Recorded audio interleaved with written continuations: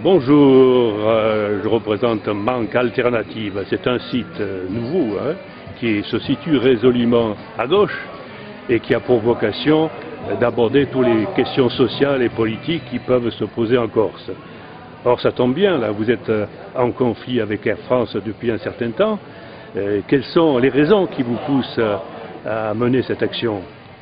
Eh bien, les raisons sont diverses, mais principalement en soutien à nos personnels qui nous suivent depuis des années sur l'été, sur les périodes les plus difficiles. Et bon, il y avait des accords qui faisaient que ces personnes devaient être titularisées à un moment donné, de manière à pérenniser les emplois, toujours nous soutenir sur la période estivale et également construire leur vie tout simplement, parce qu'il est clair qu'un CDI est bien préférable pour commencer sa vie. Beaucoup de nos CDD d'ailleurs ont des enfants, ont des familles, donc voilà.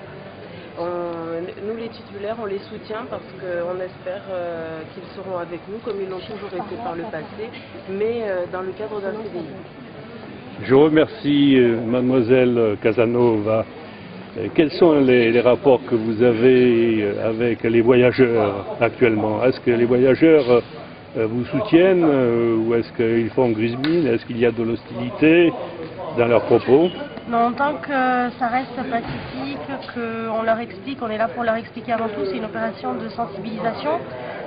Dire aux gens que on est là, pourquoi on est là, et on a, pour preuve de leur soutien, on a quand même réussi à récolter plus de 6 000 signatures sur papier et plus de 2 000 sur internet, ce qui montre quand même un certain soutien. On arrive même à avoir un soutien financier.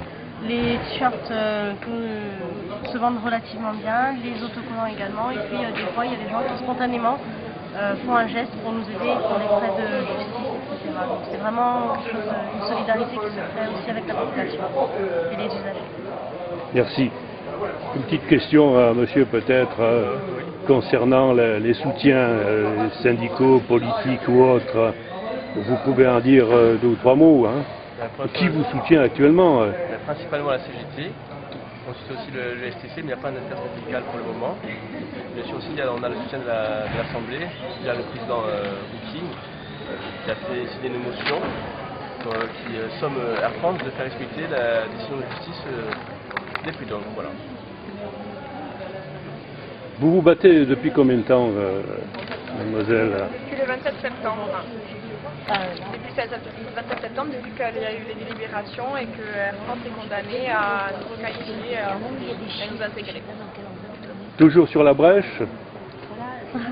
Persévérance, courage, plus que jamais. On va pas lâcher. On lâchera pas. De toute façon, on a la loi avec nous, donc c'est comme ça, puis on a tout à gagner. On a parlé d'astreinte pour Air France. On peut quand même situer le montant de cette astreinte? À l'heure actuelle, oui, le montant est situé à 6 000 € par agent et par jour sur Bastia. Ils ont été astreints malheureusement uniquement sur Bastia, donc ce qui fait un montant total de 92 000 €, sachant qu'ils ne payent pas jusqu'à ce jour. Ils ont des pénalités en plus de 10% du montant. Mais est-ce qu'ils ont l'intention de payer ou de faire rappel? Appel, c'est déjà fait. L'appel on a déjà les dates de l'appel. C'est quand? Alors pour nous, c'est le 14 février à Bastia, donc à la cour d'appel de Bastia. Et là, on est renvoyé sur le front au niveau des prud'hommes le 17 novembre. Donc on saura un peu plus au niveau des astreintes pour l'escale d'Ajaccio. En tout cas, merci et courage.